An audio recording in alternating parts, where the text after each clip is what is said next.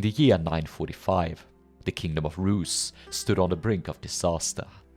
A few years prior, Prince Igor had embarked on a catastrophic assault on the Byzantine Empire, leading to most of his fleet being burned by Greek fire.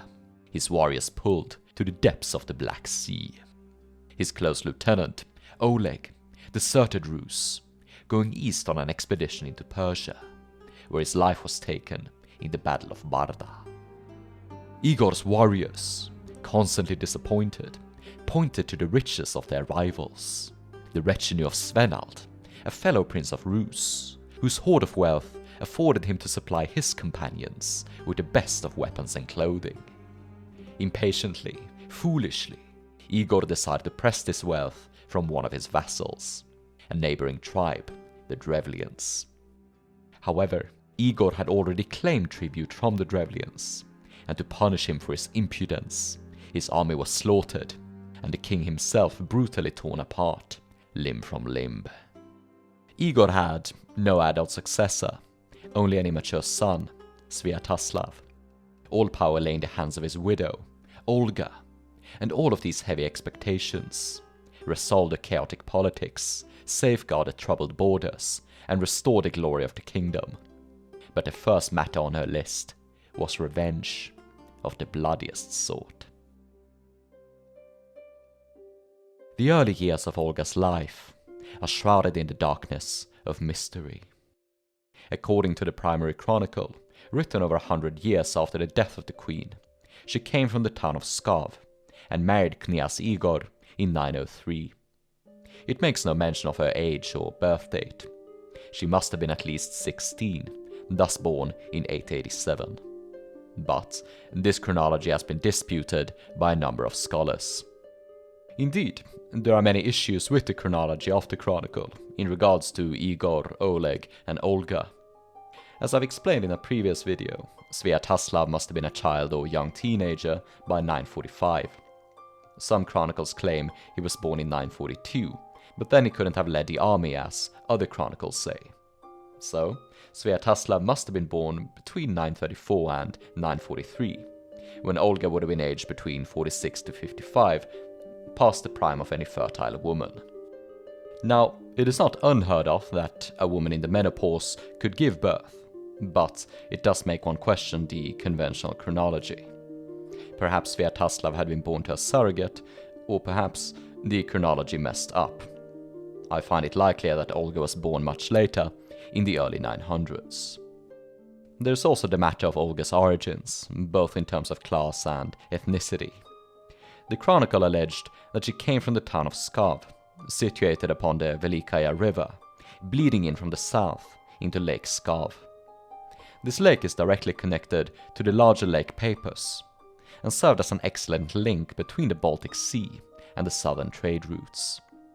This made it a lucrative site of operation for the Vikings, though it had initially been settled by Ugrians.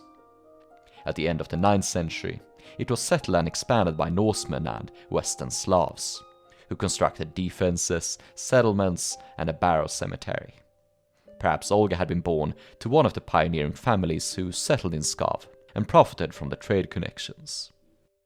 However, it is uncertain if she was of noble birth or a lowborn. According to clerical tradition, she came from a more humble background. It is also uncertain if she was of Scandinavian or Slavic descent. One of the hints towards the former lies in her name, Olga, which is believed to stem from the Norse name of Helga, meaning sacred. It is commonly believed that she would have been known as Helga in her time, especially since she is known as Helga in both Byzantine and German sources, contemporary to her life. However, the fact that she named her son Sviatoslav, an obviously Slavic name, indicates a close attachment or assimilation into Slavic culture. Thus, it isn't far-fetched to believe that, based on the admittedly vague archaeological and written evidence, that Olga was born and raised in a hybrid Slavic-Scandinavian culture, with access to both of them. The implications are virtually endless. Maybe her parents were mixed, she probably knew both languages to some extent, but without substantial evidence, all of this remains speculative. The earliest possible mention we have of Olga comes from the peace treaty between the Rus and Byzantines, presented in the primary chronicle, but believed to have been quoted from an original source now lost to time. It says that the peace delegation included one of her representatives, a man named Isgaut. This means that even before becoming the Queen Regent of Rus, Olga was interested in trade and diplomacy, and wielded influence in these matters. And here our story picks up again, from the opening. As you remember, Knyaz Igor departed once more to claim a second tribute from the Drevlians, leaving his wife and son in the city of Kyiv. But the Drevlians did not desire any further conflict, as they hadn't asked for it in the first place. Indeed, the death of Igor had opened the opportunity for the prince of the Drevlians, Mal, to marry Olga, and make Sviatoslav a Drevlian puppet. A delegation was sent by boat to the city of Kyiv to deliver the grim news. According to the Chronicle, they reported how they had slain Igor because he was like a wolf, crafty and ravening, but that their princes, who had thus preserved the land of the Reva, were good, and that Olga should come and marry Prince Mal. Olga responded, "Your proposal is pleasing to me. Indeed, my husband cannot rise again from the dead, but I desire to honor you tomorrow in the presence of my people. Return now to your boat, and remain there with an aspect of arrogance. I shall send for you on the morrow, and you shall say, 'We will not ride on horses, nor go on foot. Carry us in our boat, and you shall be carried in your boat.'" And thus they were dismissed. Now Olga commanded her people to dig a deep ditch just outside of the city. The next morning, the haughty Drevlians were carried in their boat, puffed up in their robes as they sat on the benches. But as they reached the castle and sight of Olga, the boats were thrown into the ditch. Olga asked the Drevlians if they found the honor to their taste, and they said it was worse than the death of Igor. The Drevlians were buried alive. Olga had emulated a ritual ship burial, the highest honor. Ignorant of the fate of the envoys, the Drevlians received a message from Olga, telling them to send the most distinguished of their men. The best of their noblemen thus traveled to Kyiv, where Olga had prepared a bathhouse for them, and told them to bathe before visiting her. But when the Drevlians entered the bath, the building was shut and set on fire. The Drevlians were cooked alive. A new message was sent to the Drevlians, Olga telling them that she was coming to their lands to hold a funeral feast for her husband, and asking the Drevlians to prepare great quantities of mead. Honey was one of the most important goods produced by the Drevlians, and collected as tribute by the Rus. At the head of a small escort, Olga entered the Drevlian lands, and arrived at the tomb of her husband. Here she wept incessantly, and bade her followers raise a tall mound in his honor.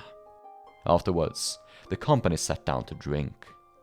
The Drevlians asked of Olga where all the envoys and nobles they had sent to her had gone. She replied that they were following with her husband's bodyguard. When the Drevlians got drunk, she directed her followers upon them, and 5,000 Drevlians were massacred. Olga returned to Kyiv, where she raised an army headed by her son, Sviatoslav. After a successful battle, the Drevlians shut themselves inside of their capital, the city of Iskarostin. After a years-long siege, Olga asked the defenders why they would not surrender, when all of the surrounding territories had. They said they had no qualms about paying her tribute, but that she was obviously bent on avenging her husband.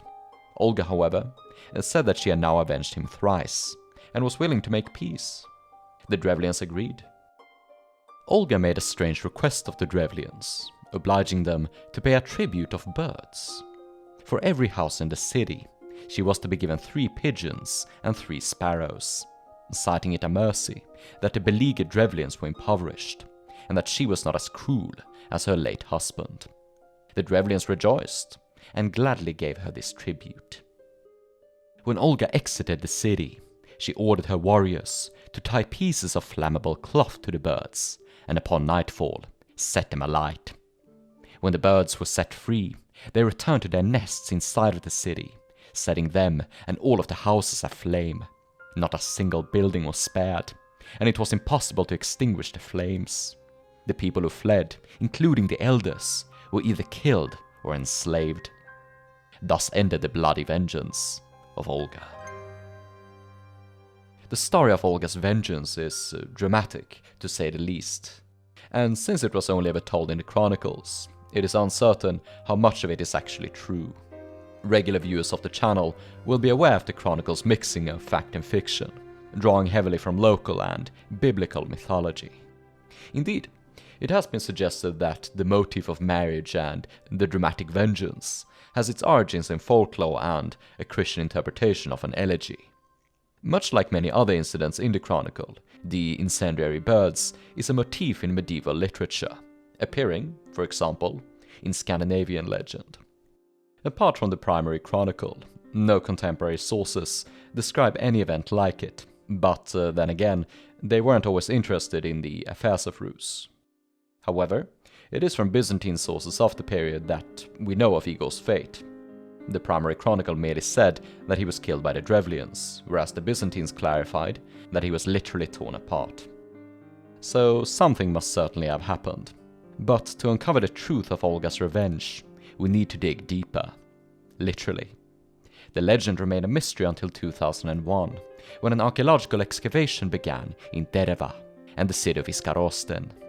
It is here that we must find evidence for a fight, especially a conflagration.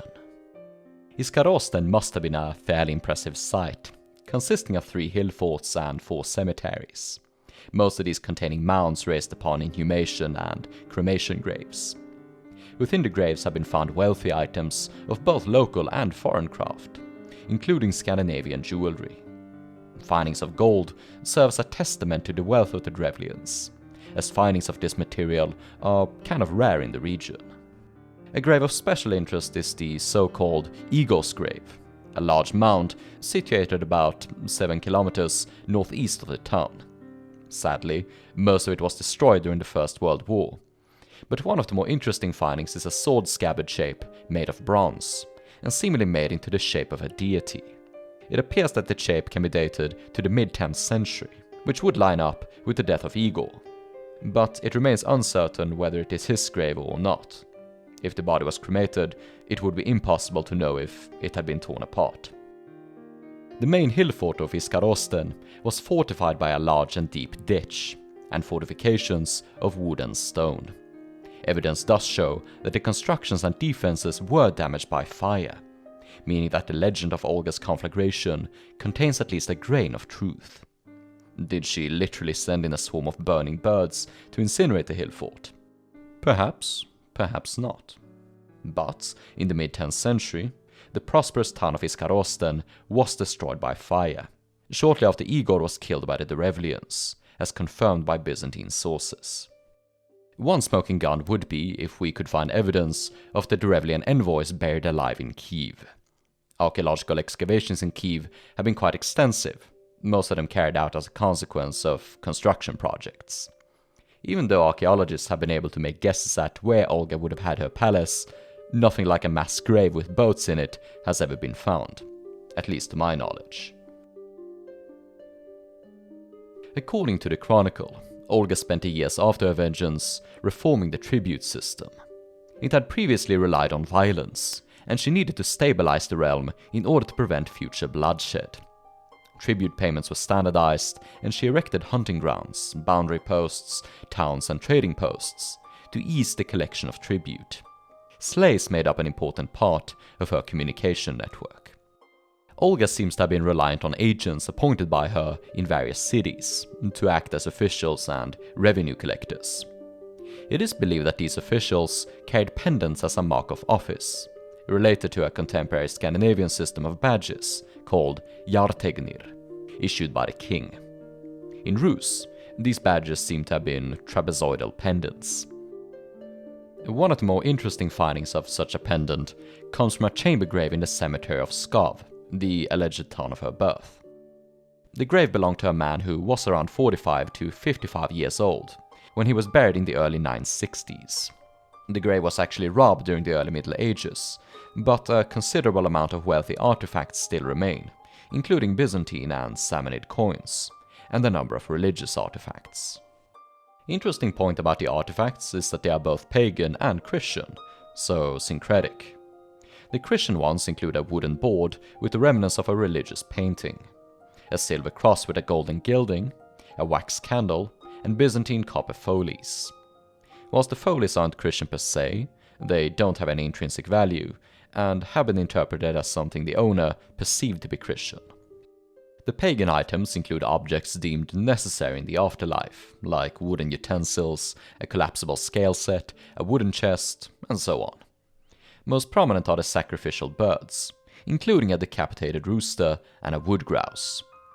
From other written and archaeological sources, we know that the sacrifice of birds was a common ritual in Scandinavian paganism, and even practiced in the lands of Rus. So the grave is exemplary of a Rus elite, and an early convert to Christianity, predating the official christening of Rus by several decades. The pendant carried by the man is fascinating, since it not only reveals the man to have been a powerful official, but also contains information about Rus itself and Olga. The man was buried during her regency, meaning he must have answered to her, and this can be seen in the symbols of the pendant. On one side is a bird, probably a falcon, seemingly crowned by a cross, and on the other side a bident, topped by a type of key called a latch lifter. Microscopic markings on the pendant, including tiny defects and the loss of niello on the side of the bird, indicates that this side would have been worn against the body, with the side bearing the bident and key facing outwards. Regular viewers will be familiar with the bident as the traditional symbol of the ruling dynasty of Rus. The key is a bit more complicated, but together with the bident, it was most probably a symbol for Olga as the regent for her son, Sviatoslav. Allow me to explain. And these types of keys, called the latch lifters, were used for locking and unlocking wooden locks, especially those in chests. They were incredibly common throughout the Viking world, including Rus, Scandinavia, and England. In the Nordic culture, to which much of the Rus elite belonged, and most likely Olga, keys were a symbol of women. They were commonly buried with keys, a wider Germanic tradition dating as far back as the Merovingians and the Anglo-Saxon settlement in Britain. Miniature keys would also be used in the Germanic world as pendants and ornaments. The meaning of the key was that women were the masters of the house. This is an important symbol both in the written mythology and legislation. Women kept the keys of the property, storerooms, chests and cupboards, and if the husband was absent or perished, the wife was in charge of everything, essentially a stewardess. The symbol then makes a lot of sense in the context of Olga, who upon the passing of her husband, Igor, the king of Rus, had to manage the realm until the adulthood of their son, Sviatoslav. Until he had come of age, she was the master of the house, the palace, the kingdom, and anyone who served the government answered to her, the keeper of keys. It has been argued that the key was an important symbol of Freyja, the goddess of bounty and fertility. The key as a symbol has been connected to her assistance in childbirth and marriage, and opening up the door to the other world. Freyja is sometimes associated with death. Some speculate that Olga might, in her early life, been a pagan priestess of Freyja, a völva, and the key could serve as a hint to this connection. Another hint lies in the falcon present on the other side of the pendant. Now, falcons had a lot of symbolic meanings in not only the Scandinavian but also the Slavic world, and one potential meaning does not cancel out the others. The falcon could have been used by Olga and the Rus for all of the reasons.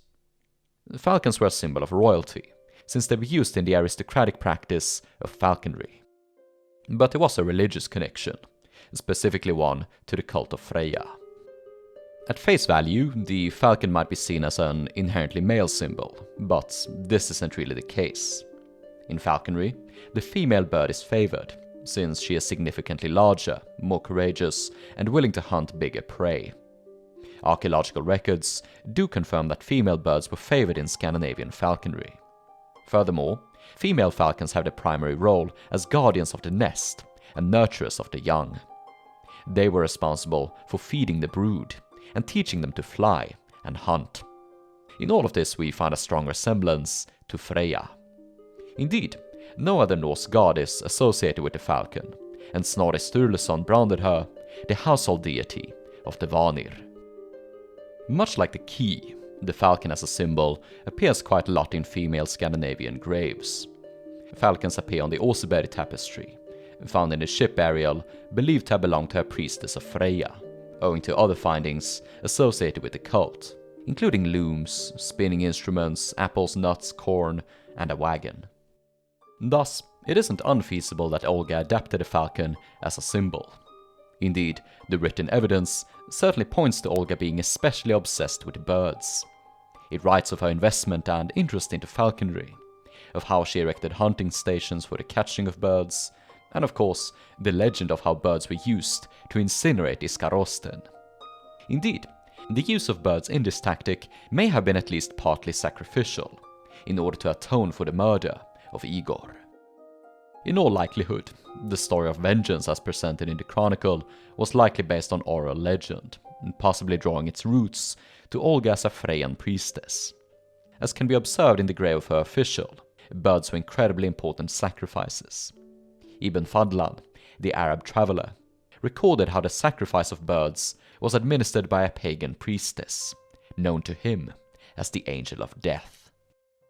A hint of Olga's priestly status could also be seen in her characterization in the Chronicle.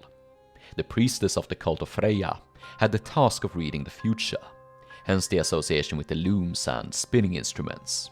She is weaving the web of life and fate. Olga delivers cryptic messages to the Drevlians, portending their doom. Her boyars refer to her as wiser than all others, and she is later credited for outwitting the Byzantine emperor. It is believed that Olga appears in the Icelandic saga of Olaf Tryggvason, written by Oddur Snorrason almost 3 centuries later. Here she goes by the name Alogia, the wise mother of Vladimir I. She is described as a very wise woman and a prophetess. Oddur writes the following: "It was their custom on the first evening of Yule to carry her on a chair to the king's throne, and before the drinking began, the king asked his mother whether she could see any peril or threat looming over his realm." The chair she's carried on is very important, as other sagas indicate that high seats and elevated platforms were important tools for the Völva. So whilst the saga might not be entirely historical, it, again, indicates a tradition in which Olga was a pagan priestess. Freyja aside, there is also a potential correlation between Olga and a Slavic goddess called Mokos or Makosha. She was in many ways a parallel to Freyja, being associated with childbirth, matchmaking, love affairs, farming, housekeeping, weaving and spinning, divination, and fate. Much like Freyja, she was associated with the sacrifice of birds, and chickens specifically, and the rooster had a strong correlation, owing to it as a symbol of fertility and rebirth, the call of the rooster signaling the dawn of a new day. Deep into the Middle Ages, Orthodox priests would make complaints about peasants making chicken sacrifices to Mokos. Divination could also be carried out by reading the entrails of chicken innards. I don't think it works with a bucket of KFC. Thus, Olga could have been a priestess of Freyja, but also a priestess of Mokos, or potentially both, without one cancelling out the other. Starting around 950, the Rus even began a domestic production of imitation dirhum, Islamic silver coins. These coins had a falcon seemingly wearing a hood, a common headdress for Scandinavian women. It is also topped by a cross, a symbol also associated with Olga. Much like how she added a key to the dynastic symbol of the bident, evidence points to her later using a bident with a cross above it as her symbol. The cross is of course a Christian symbol. Olga would later convert to Christianity. As aforementioned, Olga was responsible for reforming and bolstering the tribute collection, acquiring trade goods that would have been sold abroad. This was much in line with the teachings of Freyja, who was also associated with trade and commerce. Indeed, many of the Germanic dynasties would adopt a certain god as their ancestor. The Anglo-Saxon House of Kent associated itself with Woden, and other dynasties with Ingui. The kings of Sweden and Norway drew heritage from Yngvi, and the Danish Skilfingar dynasty from Skjalfreyja. Thus, the ruling dynasty of Rus, being especially dependent on commerce, might have derived its origins from Freyja, thus explaining their use of the falcon. According to some interpretations, the bident and later trident associated with the dynasty, nowadays with Ukraine, could represent a diving falcon.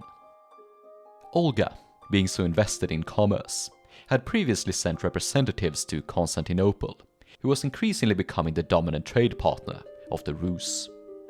Accompanied by servants and 16 family members, she decided to personally visit the city of God around the year 957, meeting the emperor, Constantine VII. Under his sponsorship, Olga was baptized and given a new name, Helena, after the mother of Constantine the Great. According to the primary chronicle, the emperor decided to marry Olga after having her baptized. But she replied, "How can you marry me, after yourself baptizing me and calling me your daughter? For among Christians, that is unlawful, as you yourself must know." Then the emperor said, "Olga, you have outwitted me. I mean, you gotta give the guy some credit for knowing when to give up." Though this story may be apocryphal, the visit to Constantinople was confirmed by contemporary Byzantine sources. Though the Chronicle claims that Olga converted after a discussion with the emperor, a common motif in medieval literature, she most likely had ulterior motives, and the decision might seem a bit strange if she truly was a pagan priestess. Following her bloody vengeance upon the Drevlians, Rus would have needed a strong and reliable ally. Constantinople offered such an opportunity, but most importantly, a trade partner. Ever since the early 900s, relations between Rus and Khazaria, its traditional partner, was steadily declining. Archaeology shows that by the mid-10th century, trade with Khazaria and the east was slowing down, coming to a complete stop in 970.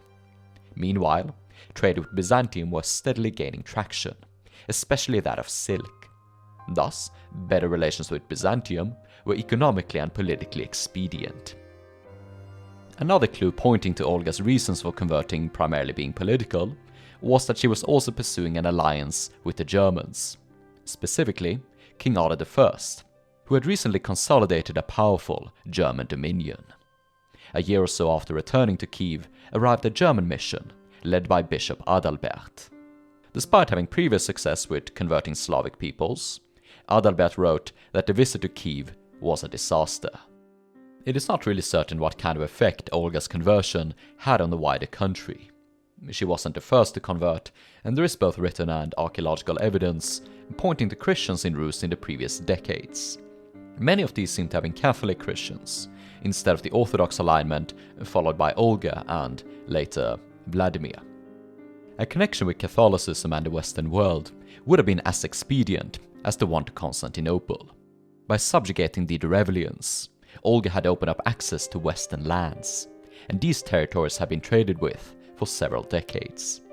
A Catholic Rus might have looked entirely different to the one of history. There is some evidence pointing to a limited construction of churches in Kyiv, but otherwise, Olga seems to have been uninterested in pursuing any form of forced conversion. This could possibly have led to further civil strife, and her husband before her had pursued a very functional policy of tolerance towards the many faiths present in the kingdom. Her ambitions seem to have been centered around peace and trade, in creating a stable dominion to pass on to her son. So a conversion to Christianity to improve relations with the big new trade partner, but an overall policy of tolerance, was the most prudent decision. Still, the Chronicle alleges that she attempted to convert her son, Sviatoslav. However, he declined, and remained a staunch pagan. It wouldn't be until the reign of Sviatoslav's son, Vladimir, that Rus would be converted to Christianity, but not before he attempted a reformation of the Slavic cult. Nowadays, however, Olga is primarily remembered for her early conversion, as a woman of deep personal faith. She was canonized alongside Vladimir at some point in the 13th century, and in 1547 officially recognized as a saint, equal to the apostles. She is nowadays venerated across the Christian sects of Eastern Europe, especially in Russia and Ukraine, the latter of whom regard her as a protector in these darkest of days. Even though Sviatoslav refused to convert, Olga would still love him.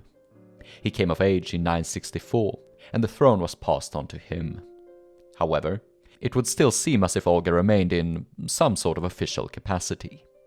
Sviatoslav spent most of his life on campaign, and had to relegate governance to his relatives, especially his sons, but in the early days, it was most likely left to his mother. This can be indicated by findings of his bident upon a bone sigil in Kyiv. On one side is the bident of Sviatoslav. On the other side is a bident with a cross upon it. Much like the bident with the key representing the pagan regent of the realm, the cross was purely a symbol of Olga. As the mother of Sviatoslav, Olga was also responsible for the rearing of his sons, Yaropolk, Oleg, and Vladimir. The year 968 marked the first intrusion of the Pechenegs into Rus, a people of Turkic nomads, and they immediately laid siege to the city of Kyiv. Olga barricaded herself inside, together with her grandsons. A message was quickly sent to Sviatoslav, and he returned to lift the siege, driving the Pechenegs back into the steppe. Though Sviatoslav had sworn to protect his realm, he could not linger in the city of Kyiv, desiring instead the spoils of the Danube. His mother, now of old age, and weathered by the many toilsome years of governance, rearing, and administration, responded to him, "You behold me in my weakness. Why do you desire to depart from me?" Sviatoslav stayed. 3 days later, she passed away. Her son wept along his sons and all the people. They buried Olga in a tomb, where a priest performed the final rites. As a conclusion to her story, the chronicler wrote the following. Olga was the precursor of the Christian land, even as the dayspring precedes the sun, and as the dawn precedes the day. For she shone like the moon by night, and she was radiant among the infidels, like a pearl in the mire, since the people were soiled, and not yet purified of their sin by holy baptism. But she herself was cleansed by this sacred purification. She put off the sinful garments of the old Adam, and was clad in the new Adam, which is Christ. Thus we say to her, rejoice in the Rus's knowledge of God, for we were the first fruits of their reconciliation with him. Undeterred by the death of his mother, Sviatoslav rode out, eager to find his destiny in the fields of swords and ravens. But this story will have to be told another day.